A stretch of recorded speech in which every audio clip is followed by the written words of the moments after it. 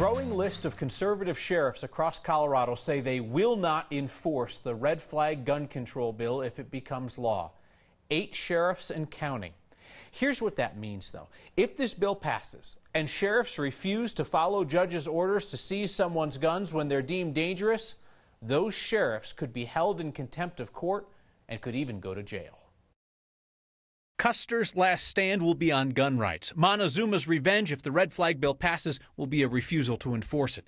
Those counties, along with Weld, Fremont, Otero, Moffat, Kiowa, and Rio Blanco. More this month are expected to join the standoff between those conservative sheriffs, backed by their county commissioners, and the Democrats at the state capitol, who want to pass a bill allowing a judge to order someone's guns temporarily seized if they are deemed a threat to others. Sheriffs would be asked to take the red flag requests from citizens to judges. If they refuse to do that, the sheriffs could get sued. If a judge issues a gun seizure order and the sheriff refuses to enforce it, well, then the judge could haul the sheriff in and hold them in contempt. Weld County Sheriff Steve Reams told me there might be some very contentious conversations. So, are the sheriffs bluffing? Would they really refuse judges' orders even if it meant going to jail to take a stand for gun rights? Now, you might remember the conservative sheriffs similarly vowed back in 2013 that they would not enforce new laws against high-capacity ammo magazines. But back in 2013, judges were not sending law enforcement into people's houses to look for those magazines. This red flag bill calls for sheriffs to be proactively involved in enforcement, both on the front side, taking those red flag concerns, those petitions to judges, as well as on the backside, returning to the house to seize someone's guns.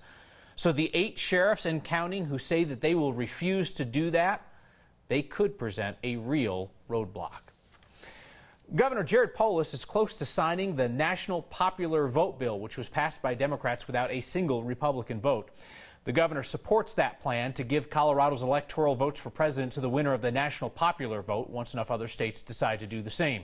Opponents promise to gather petition signatures and put this on the ballot for a vote of the people, but they cannot start that until the governor signs the bill. He now has 10 days. The cavalcade of contentiousness at the Capitol continues, assuaging this anchor's aim of alliterating incessantly. Next, we turn to the Democrats' fast-tracked bill to outlaw the death penalty in our state, a punishment that, as our Noel Brennan explains, we don't use anymore, except as a threat to the accused. Every state has a crime and justice toolbox. Inside is a tool used 1,493 times since 1976, the death penalty.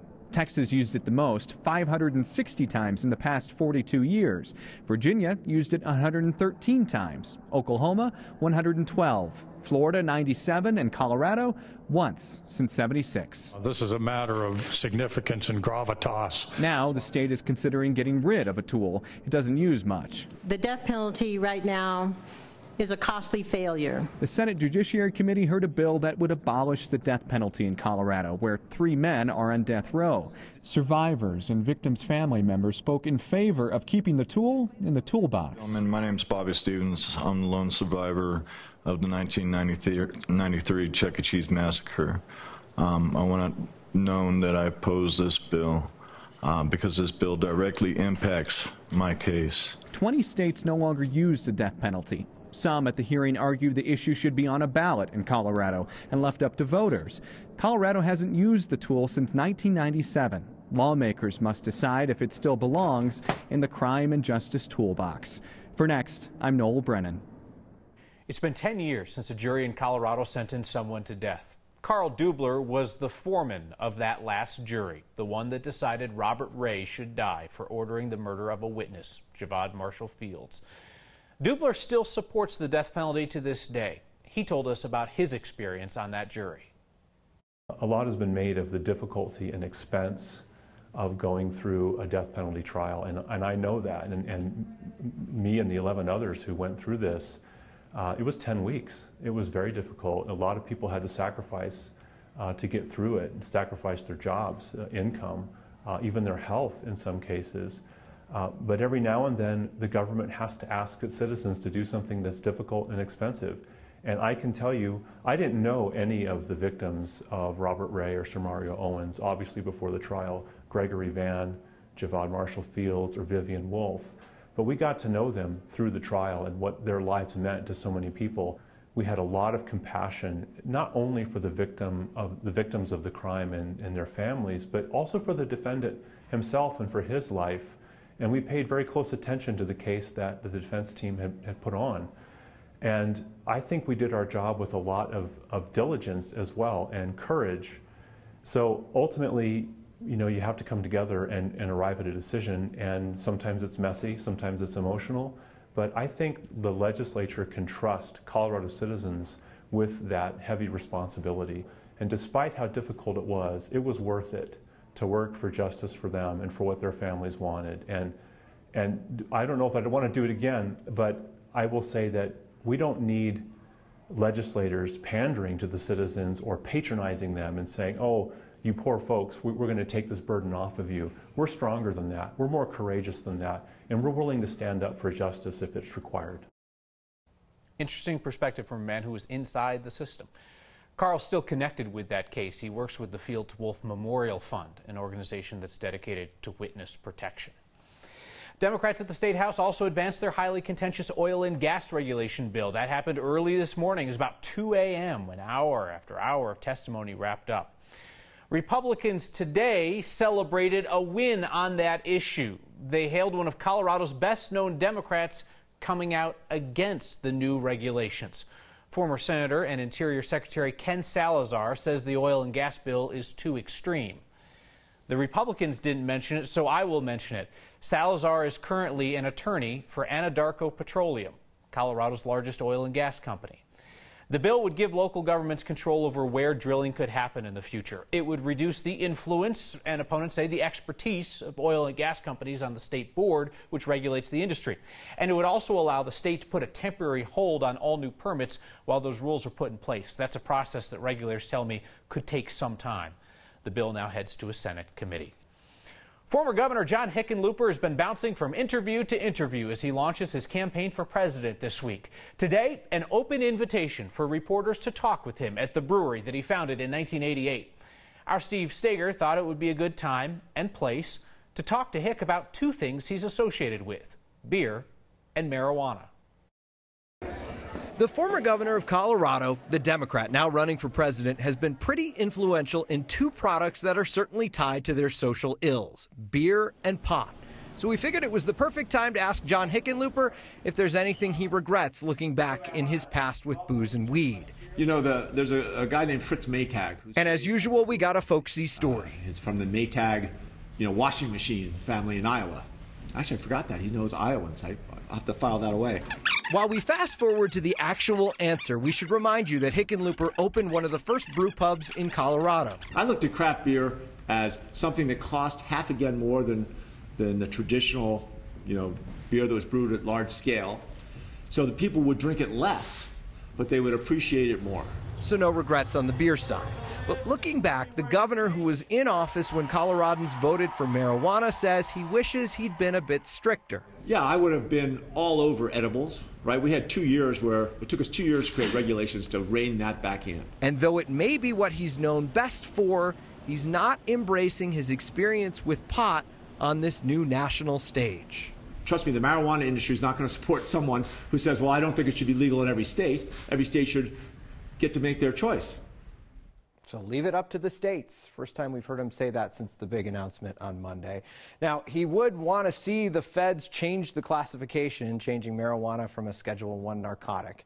And he wants to see banking reforms, Kyle, but really no regrets on the beer side, and that one regret about not cracking down on edibles. He tells a story about one of his son's friends who was offered an edible in a movie theater bathroom when he was 10 years old, and he wishes that there had been more regulations in place at that time. Interesting. Does he seem like he knows he's going to get asked about this? Because, I mean, you know the deal. You go anywhere in America and people are like, oh, Colorado, marijuana. They're going to ask him about it. But I have to admit, it was relatively surprising to see that it took 3 days for someone to finally kind of ask him about that and get him on the record. But he does seem ready. Does seem like he has a prepared answer for this.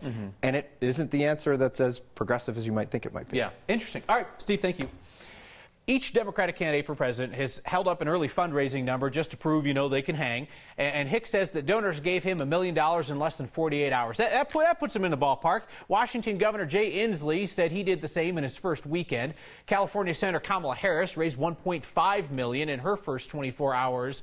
But all hail Vermont Senator Bernie Sanders and his pile of early money, $5.9 million in 24 hours. We are competitors and also fans of Colorado Public Radio around here. We've discussed that.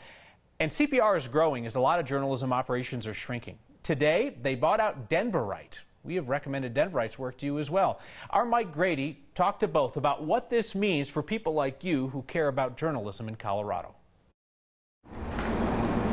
Denverite's joining Colorado Public Radio. I'm Dave Burdick. I'm the editor of Denverite. Tomorrow I'll be the managing editor for digital at Colorado Public Radio News. Kevin Dale, executive editor at Colorado Public Radio News. Yeah, it actually helps accelerate our expansion plan. All of the beats that Denverite covers are beats that I have on my map. What this allows us is in one transaction to get really experienced beat writers who are already steeped in their coverage and have a built-in audience that follows them. We're both organizations that understand the value of local journalism at a time when it's really easy to get lost and caught up in national news on Twitter and Facebook and all that kind of stuff. And so it's a really good fit. Colorado Public Radio. Not only from a business model point of view, but also, we like what CPR does, and we personally like the people in the CPR newsroom. From an editorial standpoint, we're going to let Denverite be Denverite. They're going to see the same dedicated, caring, compassionate, sometimes weird reporting on Denver, plus expanded arts coverage. We're going to get to do some more art stuff that we've been hoping to do for a while as part of this deal, which we're really excited about. Our goal is to help Denverite thrive and grow, and the fact that CPR could step in and provide the infrastructure so that they can focus on the journalism is key for us. We're going to a place that we trust, that is trusted statewide, and that is growing really rapidly. CPR is getting the cash from the Gates Foundation and the Bonfils Stanton Foundation in order to bring Denverite on board. A pioneer among pioneers at DU. We remember a true original we met here on Next. You can't miss it. It's the big red barn on Parker Road, though we would miss it if someone didn't step in to save it.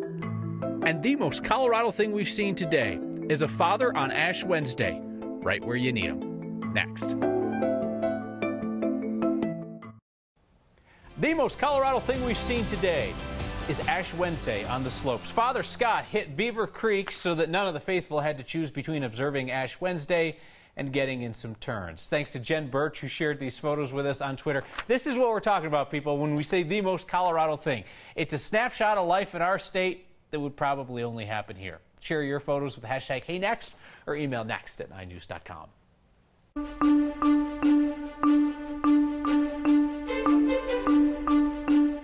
Another round of heavy snow and wind for the high country. Those on I-70 tonight already feeling the effect of the latest storm. Avalanche danger increasing with an avalanche warning out for more heavy snow and wind tonight. Unstable snowpack. Down here, just enough moisture that we're going to see an isolated snow shower tonight, maybe a little freezing rain. Our high at DIA 36. We did manage low 40s downtown. We'll continue the slow warming trend here, but so much moisture coming in from the west that the mountains will continue to see heavy snow for the next 48 hours. Lower elevations trying to scour out some of that bad air from today, but it will be cloudy tonight with areas of fog and freezing drizzle and the potential for a brief snow shower later tonight. While the heavy weather's in the high country, in the winter storm warning area, another foot of snow. In the metro area, cloudy with our low at 23. Snow shower tonight, sunshine tomorrow. Warming trend both Thursday and Friday. 20% chance of snow showers Friday night. Took it out for the weekend, but we spring ahead Saturday night into Sunday morning. Daylight saving time begins this weekend ahead of a nice warming trend, and then there's another chance for snow, but not till the middle part of next week. Kathy, thank you. DU hockey has some history. 8 national championships. There's only one NCAA school with more. DU first hit the ice in 1949. Team of scrappy young hockey players, including a man just back from serving in the Navy. We learned that Norm Kask passed away this week, one of the last remaining players from that original team. Steve Steger remembers a man who played a whole different kind of hockey. Not very often do we get to witness our legacy, but Norman Cash got to see his legacy make national headlines. Born in 1925, he proudly served his country in the U.S. Navy. Then he proudly served his university as a member of the DU Pioneers' first hockey team. I wanted to play hockey. but I was a volunteer. He'd add titles on top of hockey player over the years: father, grandfather, great-grandfather, great-great-grandfather, architect, and Boy Scout leader. But he loved to talk hockey. Tehran and I got to ask him about it the morning before DU played for a national championship back in 2017. No one's wearing a helmet, Mr. Norman. What's going on here? We played primitive hockey. Primitive it may have been, but everything's got to start somewhere. And Norm got the privilege of watching what he started. They are hockey players. They are mature. They're experienced. Look where they're at. He wore the number 24 because he was 24 years old when he started to play. He still wore it proudly all the way to 93. Rest easy, Norm. You played hard out there.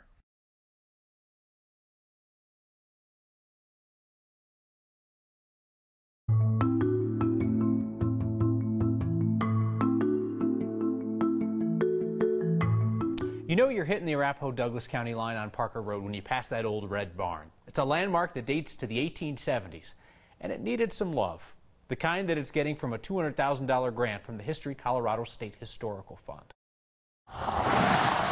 The 17-Mile House barn, it's very significant. It's an iconic piece in the landscape here along Parker Road, and it serves to tell the story of the land use history, and also tells the story of folks, there's common folks. So this historic site is different than some historic sites around Denver that show what the wealthy had. My name is Glenn Poole. I am the operations manager with Arapahoe County Open Space. The project will roughly take 5 to 6 months from start to finish. We're going to be pulling pieces of the barn apart, so you'll see a change in it. You'll be able to see into the skeleton of the building and see what the structure looks like underneath. Put a new coat of paint on the building and a new roof as well. So the 17-Mile House and the barn here are very popular sites for family photos, for senior pictures, for photographers to bring their clients. And the site will be fenced off, and the barn will be unavailable for that type of use for about 5 or 6 months.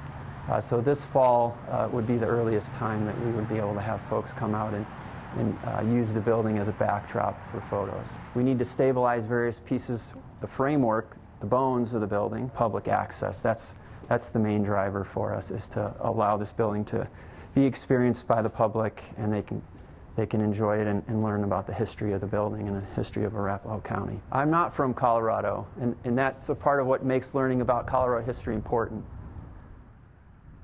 17-Mile House is the final mile house in Colorado that's still in its original location and setting. You heard him mention people coming out to take photos. Dawn Van Loo tweeted at me during that story, sent me a photo of her and her husband, their engagement photo at that barn. It is beautiful in the evening light. If you'd like to see that photo, I just retweeted it from my Twitter account. It's a sign that creativity can come from anywhere, even from straight trash. That and your feedback, unrelated, next.